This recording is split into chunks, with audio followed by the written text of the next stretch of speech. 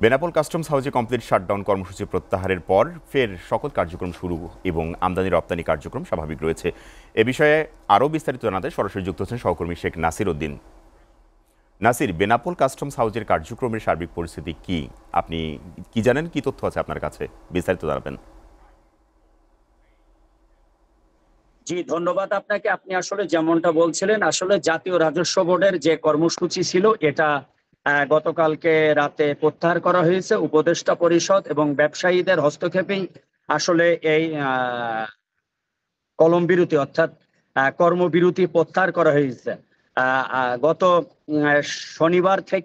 শনিবার রবিবার থেকে পুরোপুরি কাস্টমস বন্দর এবং শাটডাউনে যায় কর্মকর্তারা। সব বন্ধ থাকে, এতে ব্যবসা বাণিজ্য স্থগিত হয়ে পড়ে। পেট্টাপোলের অংশে প্রায় 1000-এর অধিক গাড়ি আটকে আছে বলে যেটা আমাকে জানিয়েছেন পেট্টাপোল অংশের ব্যবসায়ী কার্তিক চক্রবর্তী। তবে বেনাপোল কাস্টমস হাউজের অতিরিক্ত কমিশনার শরীফুর হাসান আমাকে জানিয়েছেন যে বন্দরের কার্যক্রম স্বাভাবিক, কাস্টমস শুল্কায়ন পুরোপুরি স্বাভাবিক আছে বলে আমাকে জানিয়েছে। এখানে কর্মকর্তারা দপ্তরে উপস্থিত আছেন।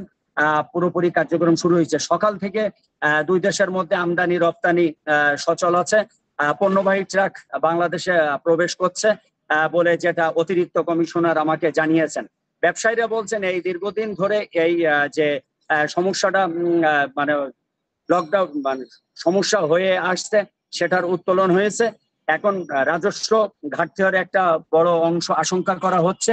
ব্যবসায়ীরা বলছে অফিসাররা কাজ করলে এটা পুষিয়ে দেবে বলে আমাকে জানিয়েছেন। এই ছিল সর্বশেষ বেনাপোল কাস্টম হাউস থেকে।